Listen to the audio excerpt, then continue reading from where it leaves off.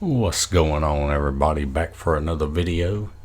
Here we are looking at the Google Sheets IFS function. So it's not the if, but the ifs with the S on the end. And this can come in handy. I'm going to show you how to use it. So let's just take a look at this. We got some employees, and this is the total sales they have, and we want to determine if they need if they get a bonus or not. So we're going to say if their sales are $1,000 or more, they get a bonus. If it's less than 1,000, they don't get a bonus. So the syntax for the ifs function is ifs, you got condition 1, and then the value, condition 2, and then the value 2. Alright, so the way we would do this is we would hit equals, and then ifs, and then parentheses, and then you want to say cell B2 is greater than or equal to 1,000, that's condition 1, and then comma, and then the value, you want it to say bonus. So in quotes, we would put bonus. All right. And then we've got comma, and now condition 2, we want to say cell B2 is less than 1,000, comma, no bonus. So in quotes, we would put no bonus. Close the quotes, close the parentheses. And that's the formula for it.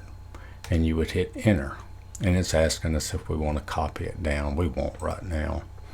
All right, so that's how we could determine it. So is this easier than using the if function?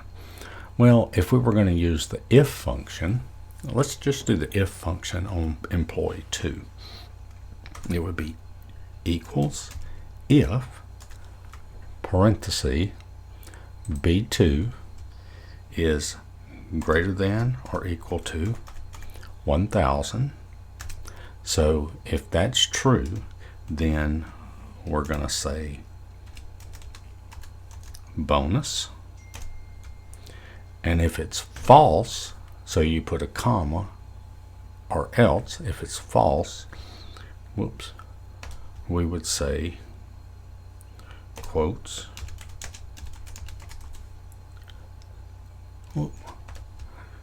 no bonus, close parenthesis, and then we would hit enter. All right. Now, which one's easier? Well, I think if you're just comparing two things, you would probably just want to use the if statement. All right, so when does the ifs statement come in handy? Well, the if statement, let's say we want to look at the letter grade. All right, so here's their averages over here in column. This is their averages here. So if it's 90 or above, they get an A. 80 to 89 is a B, and so on. All right. So we would hit equal ifs, and then open your parenthesis. All right. So we want to say if K2 is greater than or equal to 90, comma, so that's condition 1, and then value 1 would be an A. All right, so that does condition 1, value 1. And then for condition 2, we want to say K2 greater than or equal to 80. That's condition 2, comma, and then value 2, we would say B.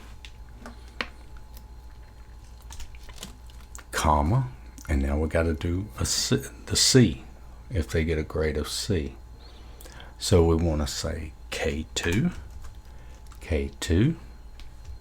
greater than or equal to 70. That's condition 3, comma, and then a C. And then for the D, K2 greater than or equal to 60. That's condition 4 in this case, comma, D, comma. Now, here for the F, so anything else is going to be an F. And what the ifs function does is it looks at the first condition. If it's true, it returns that value and it stops. It reads it from left to right.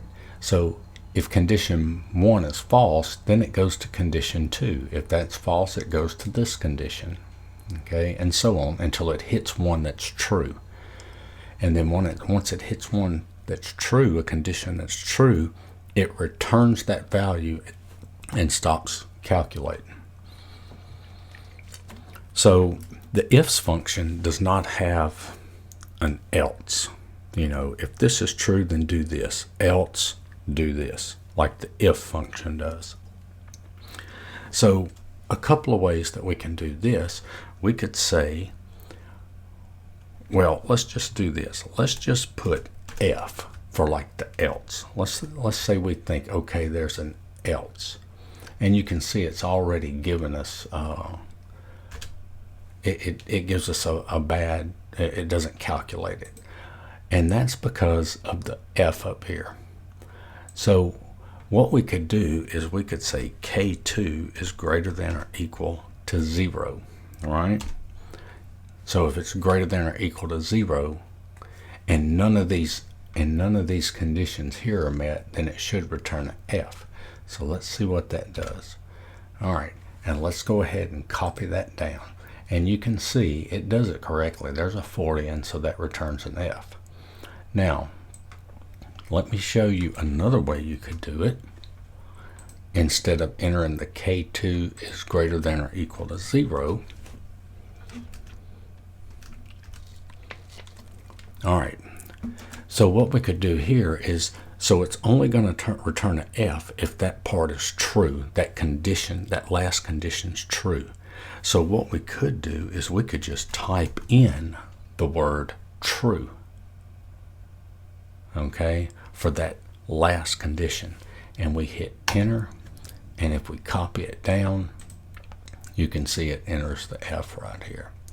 Now, you know, you're looking at this formula here, and you may think, well, that's quite a bit right there.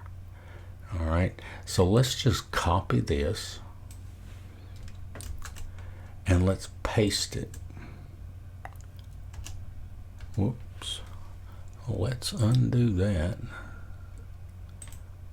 Well, let's see, maybe we need to, let's do this. Let's come up here and copy it.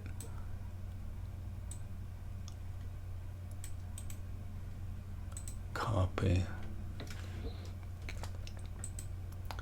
and then let's paste it. Okay, so that's the ifs function. Now let's look and see what would happen if we did the just the if statement. You see you have to do nested if statements, and I just think this ifs is a lot easier than the if statement when you have multiple conditions. Okay, and like this pass fail here, okay, pass fail, well, technically they pass if they get a D. So in this one I would use the if function, if, and then we would say K2 is greater than or equal to 60, then we would say pass, and then you just put a comma. If it's false, you would say fail.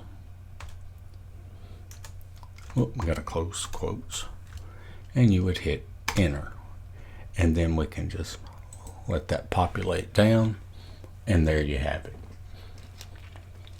So which one do you want to use? Well, if it's just two conditions, if it's this or this, then, if this is true, then you get this. If it's false, you get this.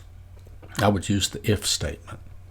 But if you've got several conditions, like determining letter grades or something like that, then I would use the ifs statement. All right, well, I hope this video helped. Check out my other videos. Give me a like, share, subscribe, comment, and I will see y'all in the next one. Later.